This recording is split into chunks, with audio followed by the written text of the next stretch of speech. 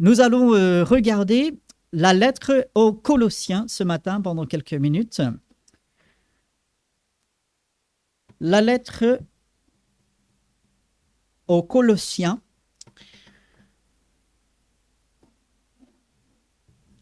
Nous méditons sur cette idée de la mesure d'une église. Alors, nous serons dans Colossiens chapitre 3. Quelle est la mesure d'une église? Et je ne vais pas reprendre tout ce que nous avons vu depuis 2 dimanches déjà. Nous étions dans la deuxième lettre aux Thessaloniciens, où Paul il va dire je loue à la fois vous, frères et sœurs de Thessalonique, et le Seigneur pour votre amour, pour votre foi. Colossiens chapitre 3. Voilà. Colossiens chapitre 3. Et on va voir un passage plutôt court, ce sera du verset 12 jusqu'au verset 17. Un passage, je pense qu'on connaît plutôt bien. J'imagine que ce n'est pas la première fois qu'on voit ce passage, mais il est tellement important. Et Paul va aussi, dans ce passage, montrer aux Colossiens quelle est un peu la mesure d'une église. Ce ne sont pas toutes les choses matérielles. On en avait parlé, ce n'est pas le système sonore, ce ne sont pas les lumières, ce n'est pas tout ce qu'on peut mettre en avant.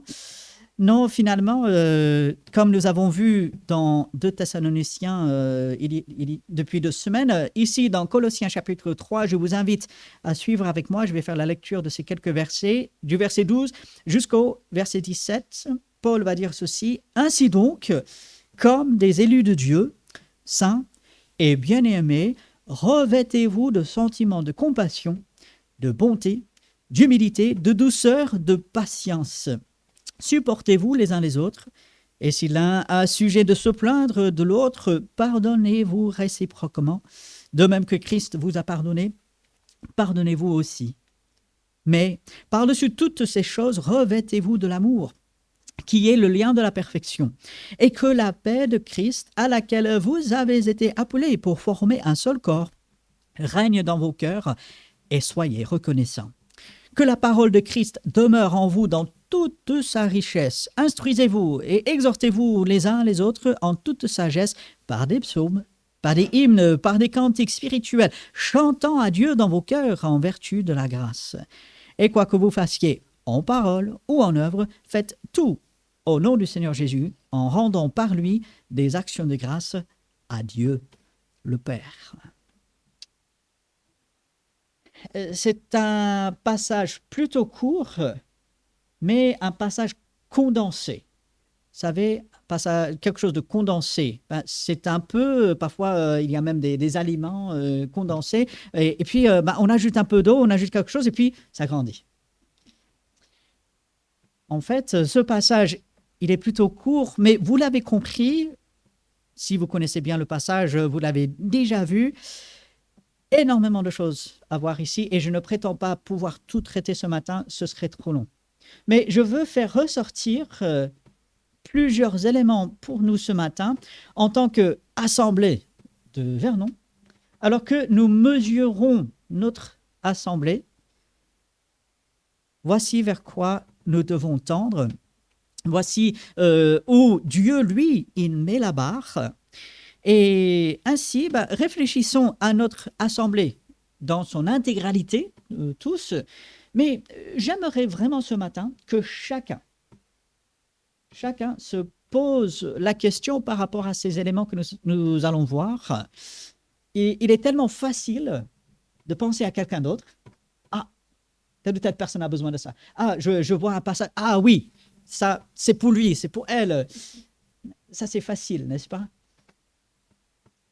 Mais que Dieu nous garde de cette tentation ce matin. Et alors que nous allons voir quelques éléments de ces versets ce matin, que individuellement, devant le Seigneur, on se pose la question, mais où est-ce que j'en suis? Alors, je reviens au verset 12, où Paul va commencer en disant « Ainsi donc ». On n'a pas le temps d'aller voir tout le début du chapitre. Je vous encourage à le faire par la suite.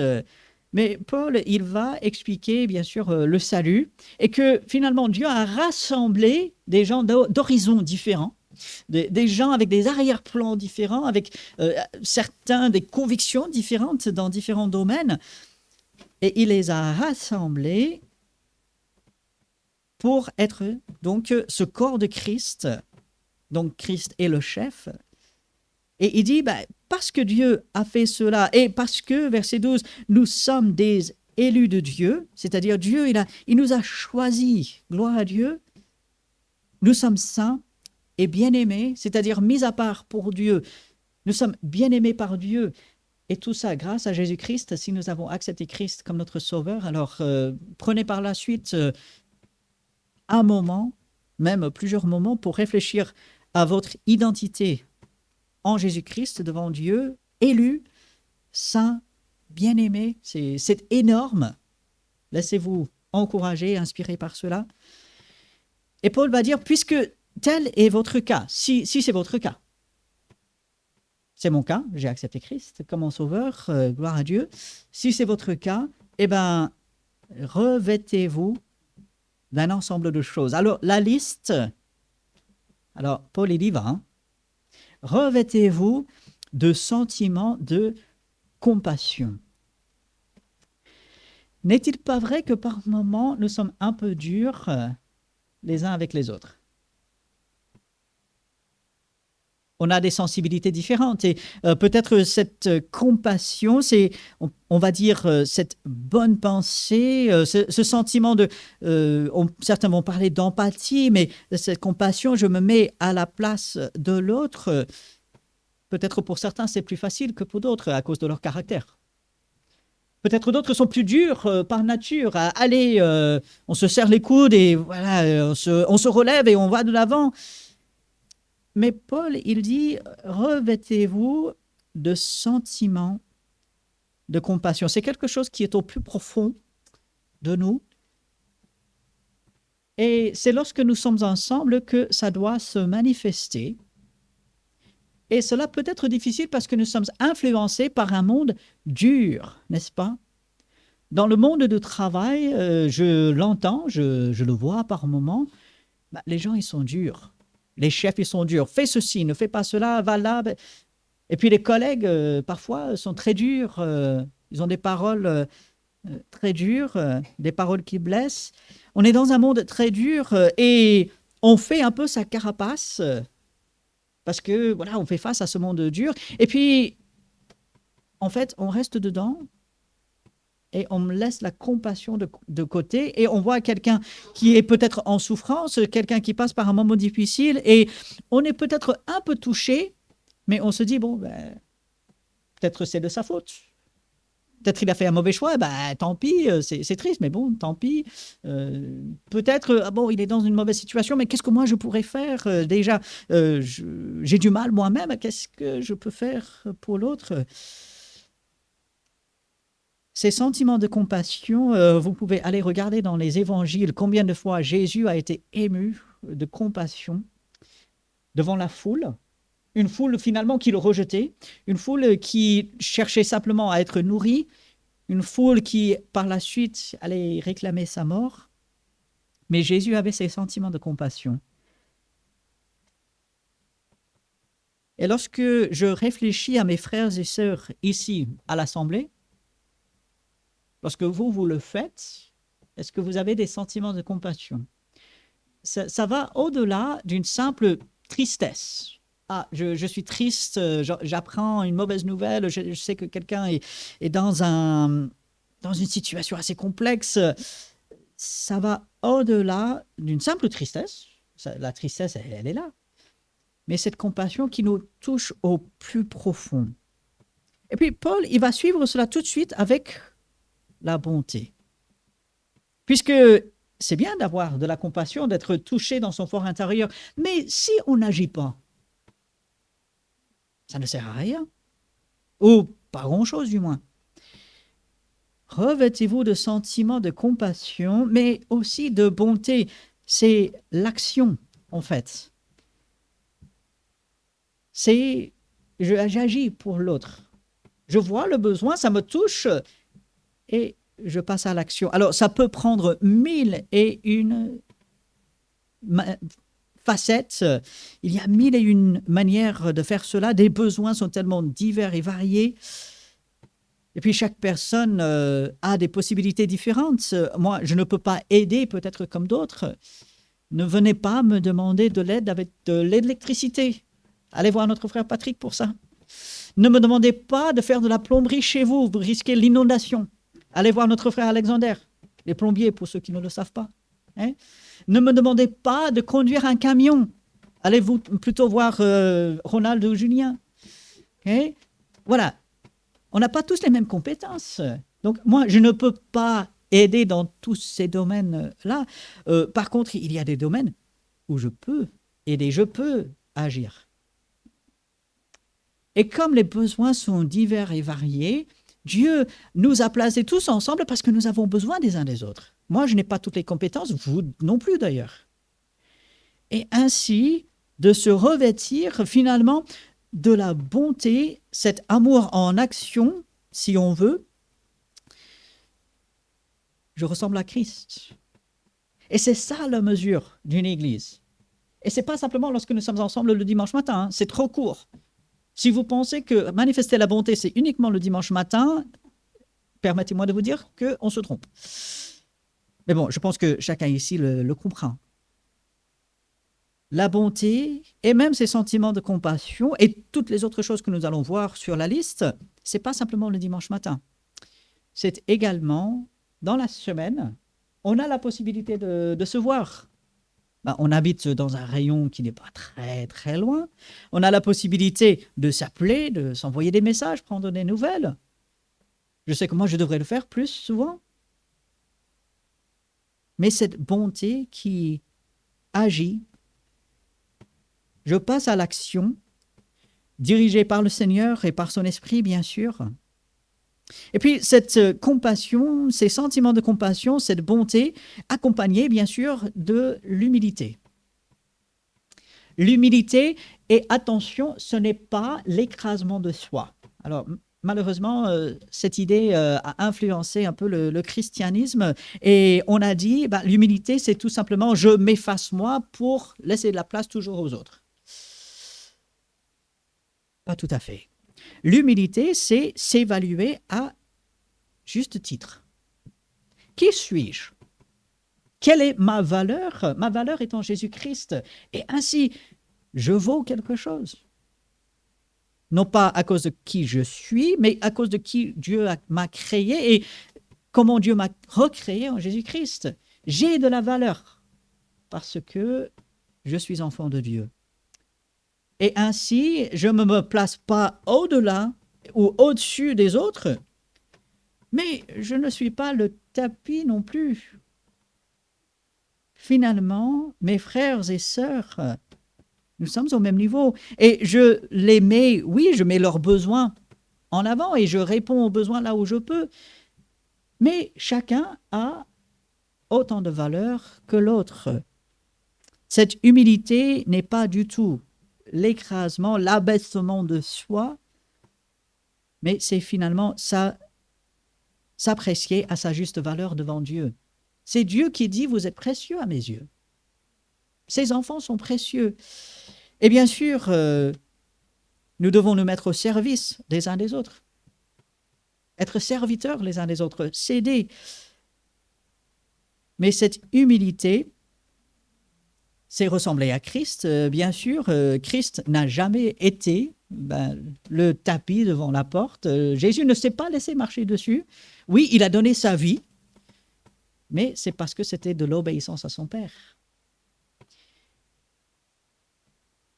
Cette humilité qui voit les autres tels qu'ils sont, des enfants de Dieu qui ont des besoins auxquels je peux répondre, mais qui se voit aussi tel que Dieu nous voit, bien-aimés, de la valeur devant Dieu.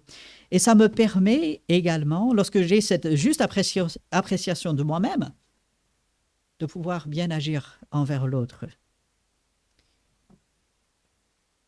Bien sûr, le monde veut qu'on se mette toujours en avant. Cherchez la meilleure place, allez, grimpez l'échelle, faites tous vos efforts pour vous mettre en avant. L'enfant de Dieu dit non, je me confie en Dieu, je regarde vers Dieu et je suis à la place que Dieu veut. Et ainsi, je ne suis pas au-dessus, mais je ne suis pas en dessous non plus. Je m'estime à la valeur que Dieu le fait. Et je suis humble surtout devant le Seigneur. Paul va dire, revêtez-vous, oui, de ces sentiments de compassion, de bonté, d'humilité, de douceur. Dans ce monde dur, dans ce monde qui manque de pitié, ce monde qui n'a pas de patience, on va parler dans un instant, ce monde qui va être très dur et qui n'attend pas pour les autres, mais qui va foncer tout droit. En tant qu'enfant de Dieu, qu'est-ce qui doit nous caractériser? La douceur. Et vous allez dire, oui, mais Robert, c'est trop facile pour toi. Ton nom de famille, Doucette, ça va de soi. Qu'on porte tel ou tel nom, ça n'a pas d'importance. Dieu nous appelle à la douceur. Et peut-être on peut dire, ouais, mais c'est trop dur. C'est trop dur. Les gens, ils sont énervants. Hein? Et si vous n'avez pas de gens énervants dans votre vie, venez me voir, je veux savoir comment vous faites. Parce que moi, j'ai des gens énervants dans ma vie. Hein? Demandez à ma femme, quand on est dans la voiture, ils sont tout autour. Hein? Et ceux qui ont roulé avec moi, vous savez de quoi je parle. C'est trop dur. C'est trop facile d'être dur avec les gens. Ils doivent comprendre, allez, que ça leur rentre dans la tête. Non. Et puis surtout entre nous, parce que n'oublions pas ce passage, il est dans un contexte d'une assemblée de frères et sœurs qui se rassemblent. On ne parle même pas de notre témoignage en dehors qui doit être correct et on doit être doux et même humble et manifester la bonté et la compassion envers ceux de dehors, mais que ça commence ici. La douceur avec mes frères et sœurs, lorsqu'ils sont frustrants, lorsqu'ils m'agacent, lorsque je n'en peux plus, lorsque je me lasse par moments, la douceur. Et ce n'est qu'avec l'aide de Dieu en nous que nous arrivons à manifester cela. Si j'essaie par moi-même, je vais tenir un certain temps, peut-être plus ou moins long, mais à un moment donné, je vais chuter.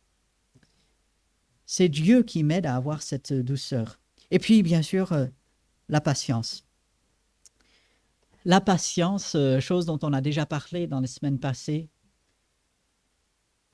Lorsqu'on dit, mais j'en peux plus, c'est peut-être vrai. Nous sommes limités. Moi, j'ai des limites. Vous les avez aussi. À un moment donné, on dit, mais j'en peux plus, c'est pas possible. J'ai trop attendu, j'ai trop, et là, vous mettez ce que vous voulez. Et c'est uniquement avec l'aide de Dieu qu'on arrive à être patient. Patient pour attendre l'accomplissement des promesses de Dieu. Patient les uns avec les autres. Non, mais il n'a pas compris.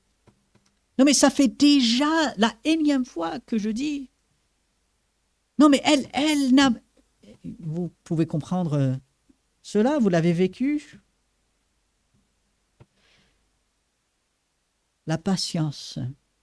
Encore une fois, je vous redirige dans les évangiles, la patience de Jésus, notamment avec ses disciples. Alors, c'est impressionnant. Ces hommes qui pendant 3 ans, ont bénéficié d'un enseignement parfait, parce que Jésus fait tout à la perfection, d'un enseignement sur le royaume de Dieu, et pas simplement cela, mais des explications précises. Ils bénéficiaient de quelque chose que les autres ne bénéficiaient pas. Et ils n'arrivaient toujours pas à comprendre et à saisir. Je me dis, mais c'est pas possible. Et la patience de Jésus avec eux, il continue de les enseigner, il continue de les accompagner, il continue d'être, oui, doux, avec eux. Et vous allez dire, oui, mais c'est Jésus, c'est normal, il ne pouvait pas faire autrement. Oui, et Jésus, il est où dans votre vie? Il est où dans la mienne? Quand moi, je perds patience. Parce que ça m'arrive, ne soyez pas choqués. Ça m'arrive de perdre patience. C'est rare, je l'admets, mais ça m'arrive. Et quand je perds patience, mais Jésus, il est où dans ma vie?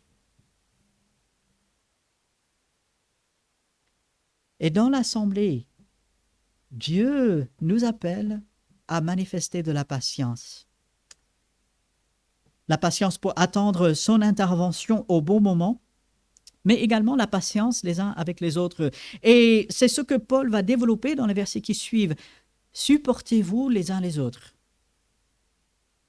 Et j'aime bien parler des deux façons de supporter. On a tout de suite l'idée qui nous vient à l'esprit, oh, je le supporte celui-là. Enfin, parce qu'il le faut, allez, je vais supporter, j'ai pas trop envie, mais allez. Et je blague parfois avec les gens, parfois ils me demandent, ne vous inquiétez pas, c'est l'ordinateur. Parfois les gens, ils me demandent de les pardonner, hein, parce que bon, ils ont fait quelque chose, voilà, ils me demandent pardon, et j'ai dit, bon, parce qu'il le faut, oui, je te pardonne. C'est pas la bonne attitude, hein. Donc, parfois on dit, bah, je supporte, bon, allez, je veux pas trop, mais allez, parce qu'il le faut, je supporte. Mais on doit nous supporter parce qu'on est faible par moment. On doit supporter parce que il y a parfois des sujets à se plaindre les uns des autres. Regardez ce que Paul il dit. Si l'un a sujet de se plaindre de l'autre, ça peut arriver. Donc on supporte. Parfois on prend sur nous. Mais il y a également l'autre idée de supporter. Et c'est comme des supporters des équipes dans le sport. Un supporter, il fait quoi? Il est derrière son équipe. Ou même avec le vélo. Je sais que notre frère Patrick, il aime bien. Les supporters, ils sont là à côté. Parfois, bon, ils gênent un peu. Parlons pas de ça. Mais ils sont là, ils encouragent. Allez, allez. Et ceux qui courent, ceux qui font des courses, et pour l'avoir vécu, qu'est-ce que c'est encourageant? On arrive vers la fin. Allez, il reste 500 mètres, il reste 1 kilomètre. Et bon, on est fatigué et tout. Et vous entendez les voix. Allez, t'es pas loin. Allez, continue, continue. C'est encourageant et on se dit, oui, je peux. Allez, on va aller au bout. Supporter, être là pour soutenir, faire avancer, accompagner. Qu'est-ce que ce serait si chacun était le supporteur de ses frères et sœurs dans l'Église? Allez, mon frère, ma sœur. Allez, je sais c'est dur, mais courage. Allez, on va avancer. Allez, on sort les drapeaux. Bon. Mais on avance. Et puis, on se supporte les uns les autres parce que parfois, on est faible. Parfois, on a besoin d'un soutien. On a besoin de s'appuyer sur quelqu'un. Et il faut que nous soyons là les uns pour les autres dans ces moments. Et puis, Paul, il va toucher un point extrêmement important dans le verset 13. Si l'un a sujet de se plaindre de l'autre, et nous savons que parfois ça arrive, c'est triste, mais voilà, ça arrive. Pardonnez-vous réciproquement, de même que Christ vous a pardonné, pardonnez-vous aussi. C'est un élément tellement essentiel de la vie chrétienne. Cet élément est tellement essentiel que si nous n'avons pas cet élément, il faudra sérieusement se poser la question si on est enfant de Dieu. C'est aussi important que cela. Quelqu'un, un enfant de Dieu, qui refuse le pardon, devrait se poser la question, suis-je vraiment enfant de Dieu? Puisque Dieu nous a pardonné en Jésus-Christ. Et refuser le pardon à quelqu'un d'autre, qui que ce soit, revient à refuser le pardon de Dieu. Parfois, on ne se rend pas compte de la gravité de la chose. Mais Paul dit, il y a des choses, on va devoir pardonner. Et parfois, ça va être dur. Pour certaines choses, bon, c'est assez facile. Quelqu'un nous blesse, bon, ça ne fait pas plaisir, mais allez, on arrive à pardonner.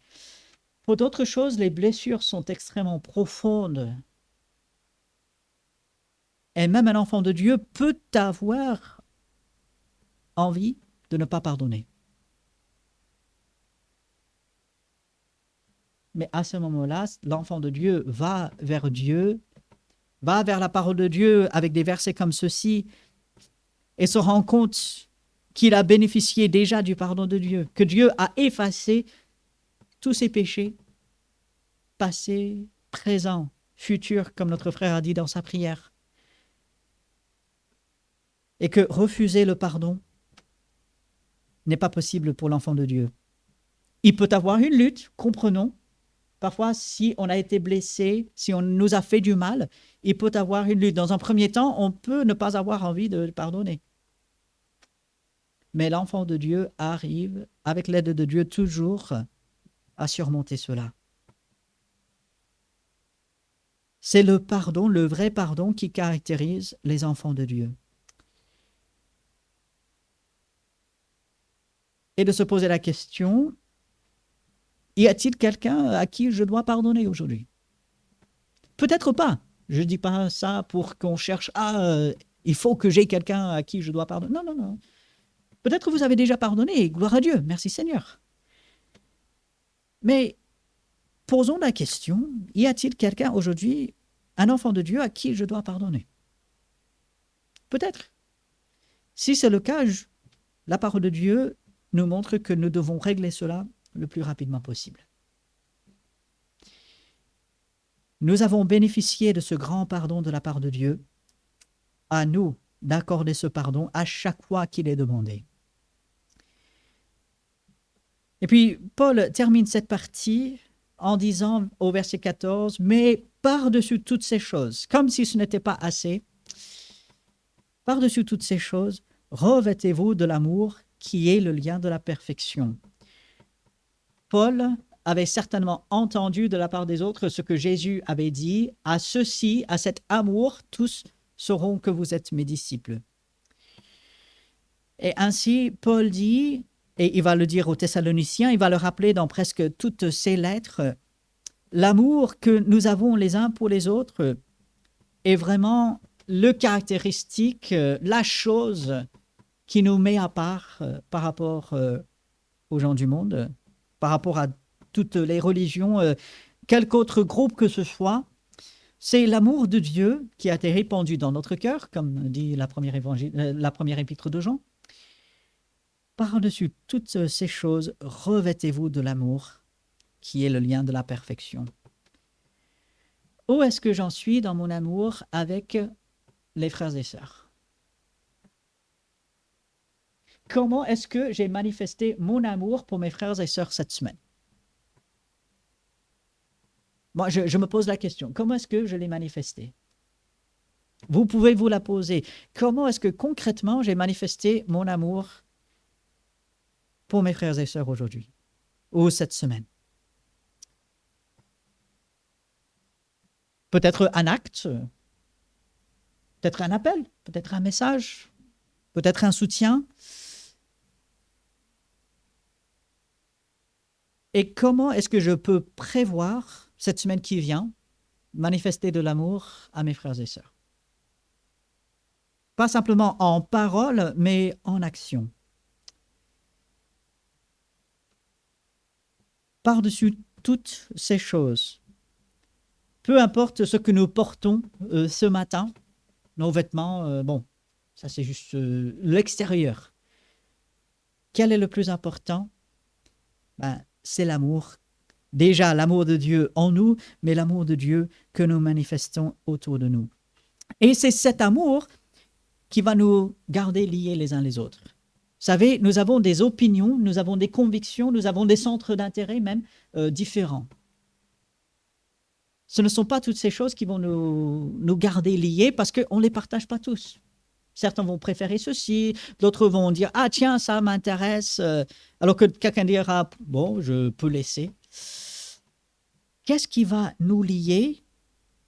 C'est l'amour. Quel que soit notre arrière-plan, quelle que soit notre culture, quelles que soient nos convictions, peu importe, qu'est-ce qui va nous lier et nous garder liés? C'est l'amour que nous manifestons les uns envers les autres. Et si je ne me sens pas lié vraiment à mes frères et sœurs, Pourquoi? Est-ce que peut-être eux, ils ne manifestent pas d'amour? Ah, peut-être. Mais ça, je n'y peux pas grand-chose. Est-ce que moi, je manifeste l'amour de Dieu comme je devrais? Là, j'y peux quelque chose. Et lorsque moi, je manifeste l'amour de Dieu, Dieu va agir. Est-ce que je me revêts chaque jour de l'amour de Dieu pour penser en bien à mes frères et sœurs en Christ ici à l'Assemblée, pour pouvoir agir comme Dieu le veut, pour rester en contact, pas simplement par notre groupe WhatsApp, bien que ça c'est bien, je suis encouragé par les différents versets qui sont mis, parfois certains chants, ça fait du bien, voilà, quelqu'un met un chant et on écoute ça, c'est super. Mais le groupe WhatsApp n'est pas le lien de la perfection de notre Église, hein, loin de là. Non, c'est l'amour. Et le groupe WhatsApp peut nous aider à rester en contact, mais c'est l'amour que nous manifestons les uns envers les autres. Et puis, Paul, au verset 15, nous explique son souhait, son désir pour ces chrétiens de Colosse, que la paix de Christ à laquelle vous avez été appelés pour former un seul corps. Non pas des corps dans un corps, non pas un groupe par-ci, un groupe par-là, mais un seul corps, et que cette paix règne dans nos cœurs. La paix de Dieu est possible aujourd'hui, peu importe ce que nous disent les médias, peu importe ce qu'on lit sur Internet, peu importe nos propres manquements, peu importe tout ce qui peut nous arriver, la paix de Dieu est possible aujourd'hui dans notre cœur. Il faut aller vers Dieu pour cela. Et lorsque Dieu, lui, il agit, là, on peut être reconnaissant. Soyez reconnaissant. Quelles sont les premières paroles de votre bouche lorsque quelque chose arrive? Oh mince! Ou est-ce que c'est plutôt oh merci Seigneur? Le oh mince, souvent ça sort plus facilement, n'est-ce pas? Mais soyez reconnaissant. Et puis au verset 17, quoi que vous fassiez en parole ou en œuvre, faites tout au nom du Seigneur Jésus en rendant par lui des actions de grâce à Dieu, le Père. Être reconnaissant, rendre grâce, c'est dire merci. Dire merci à Dieu. Et Paul va dire, avec toutes ces autres choses, un autre élément, une autre caractéristique, si vous voulez, de la vie ensemble en tant qu'enfants de Dieu, la mesure d'une église, si on peut dire, c'est la reconnaissance, l'action de grâce. Pourquoi est-ce que nous consacrons plusieurs minutes chaque dimanche à dire des louanges? De pouvoir dire merci Seigneur. Parce qu'on n'a rien d'autre à faire? Non. Pourquoi est-ce qu'on fait cela? Parce que Dieu, il est grand. Parce que nous voulons témoigner de cela et parce que rendre grâce, être reconnaissant envers Dieu doit caractériser notre vie. Et bien sûr, on peut être timide. Okay? Prendre la parole devant des gens, c'est intimidant par moments. Mais tout simplement de dire merci Seigneur pour la vie. Vous savez, ça prend 10 secondes. Même pas. Merci Seigneur parce que tu m'as gardé. Vous savez, ça peut être aussi simple que cela. Le dimanche matin, vous pouvez dire « Merci Seigneur que je me suis réveillé ce matin ». Il y a des gens, ils ne se réveillent pas. À n'importe quel âge, il y a des gens, malheureusement, pour X raisons, ils ne se réveillent même pas. Si on se réveille ce matin, c'est grâce à Dieu. Merci Seigneur de pouvoir venir librement dans ce lieu. Là, cette semaine, on va prier pour nos frères et sœurs en Érythrée. Ils n'ont pas la possibilité de faire ça. Nous l'avons. Toutes sortes de choses, on peut dire merci Seigneur. Et peut-être un défi que je peux vous lancer, chacun individuellement, dimanche prochain, alors vous avez toute la semaine pour réfléchir. Réfléchissez à au moins une chose. Alors, vous avez toute la semaine. C'est très long. Notez-le si vous voulez. Réfléchissez à une chose, au moins pour laquelle vous pouvez remercier Dieu. Et dimanche prochain, que chacun, alors aucune obligation, mais j'encourage le plus grand nombre, que chacun vienne et dise au moins une chose. Vous savez, ça prend 10 secondes. Merci Seigneur parce que, et voilà. On a déjà entendu plusieurs louanges ce matin, c'est formidable. Mais Dieu agit de mille et une manières. Et de rendre grâce à Dieu parce qu'il agit. C'est important. Et dans tout ce que nous faisons, Paul, il dit, dans nos paroles, dans nos gestes, de faire tout au nom du Seigneur, en rendant par lui des actions de grâce. Et qu'est-ce qui est au centre de tout cela? On termine avec le verset 16. Vous le connaissez. Que la parole du Christ demeure en vous dans toute sa richesse.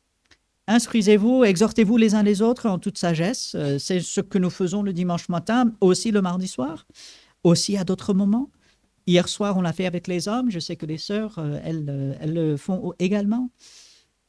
Exhortez-vous les uns les autres en toute sagesse, avec la parole de Dieu, bien sûr, et puis par des psaumes, par des hymnes, par des cantiques spirituels, chantant à Dieu dans vos cœurs en vertu de la grâce. La parole de Dieu qui est au centre, la parole de Dieu qui nous explique ces choses, la parole de Dieu qui fortifie, la parole de Dieu qui me corrige lorsque j'en ai besoin, la parole de Dieu qui m'encourage lorsque je suis découragé, la parole de Dieu qui m'éclaire, la parole de Dieu qui est toute suffisante. Que cette parole demeure, reste et soit visible et qu'on en parle entre nous.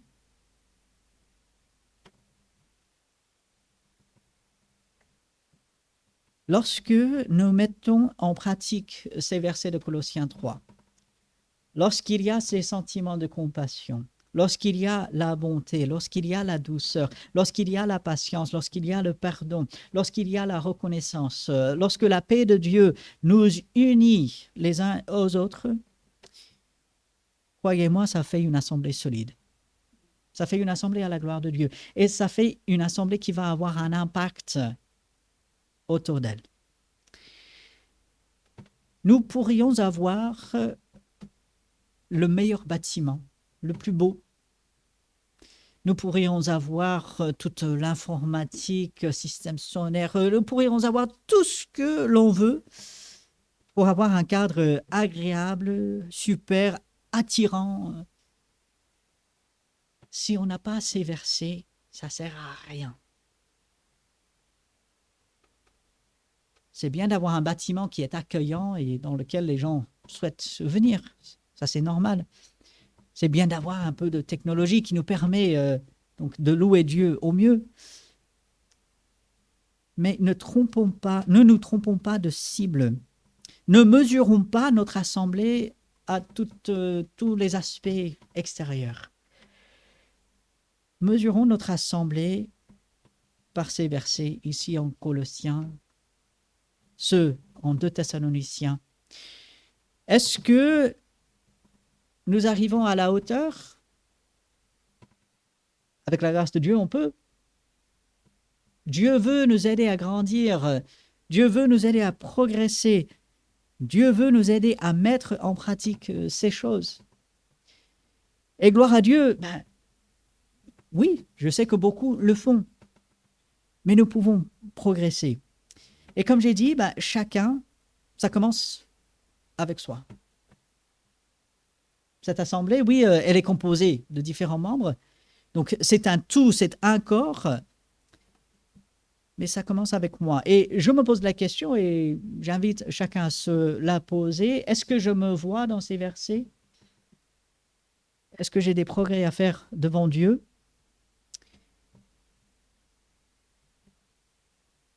Dieu veut, Paul va le dire aux Thessaloniciens encore, notre sanctification, notre progression. Et je suis convaincu que tous, la plupart, sinon tous, souhaitent avancer pour le Seigneur. Et ça commence ici. Ainsi, j'ai toute la semaine devant moi pour pouvoir mettre ces choses en pratique. Dieu prépare cette semaine devant moi pour me permettre de mettre ces choses en pratique. Est-ce que je suis prêt à m'engager là-dedans? Est-ce que je suis prêt à le laisser travailler en moi pour que moi, je puisse être une bénédiction à toute l'assemblée? Je vous encourage à revenir sur ces versets, prendre tout le chapitre 3, puisque à partir du verset 18, Paul va rentrer dans l'aspect de la famille. Là, on a parlé de l'aspect de l'assemblée, mais il va parler de l'aspect de la famille. C'est aussi très important. Ainsi, cette semaine, revenez sur ces versets et que notre Église soit mesurée par le progrès, bien sûr spirituel, dans ces différents domaines que Dieu va faire. Mais on a besoin de son aide. On n'y arrive pas sans son aide, ce n'est pas possible. Ainsi, on va prendre quelques instants dans le silence devant Dieu, une prière silencieuse pour nous remettre devant Dieu, demander son aide. Et après ces quelques instants de silence, je prierai pour terminer. Seigneur, nous venons devant toi pour implorer ton aide, parce que nous sommes insuffisants pour ces choses, mais par ta puissance, tu nous rends capables de mettre en pratique ce que tu as dirigé Paul à écrire à cette église de Colosse. Tu nous as placés ensemble et avec ton aide, par ton esprit, nous pouvons penser, agir comme toi tu le veux. Aide-nous, Seigneur, aujourd'hui, demain, pendant cette semaine, lorsqu'il sera difficile, pour nous-mêmes impossible de mettre ces choses en pratique, viens au secours de notre faiblesse. Rappelle-nous ces versets et fortifie-nous par ton esprit. Que tu fasses avancer cette assemblée en fortifiant chacun, Seigneur. Que nous puissions te garder au centre de notre vie. Fortifie-nous, Seigneur. Fais ton travail en nous par ton esprit et ainsi que toute la gloire te revienne parce que c'est toi qui l'auras fait. En ton nom. Amen. Comme toujours, je vous laisse avec quelques versets dans la parole de Dieu, quelques versets de bénédiction. Que l'Éternel te bénisse et qu'il te garde, que l'Éternel fasse luire sa face sur toi et qu'il t'accorde sa grâce. Que l'Éternel tourne sa face vers toi et qu'il te donne la paix de Dieu pour chacun. Alors que le Seigneur vous bénisse chacun. Saluez-vous les uns les autres. Un très bon dimanche à chacun.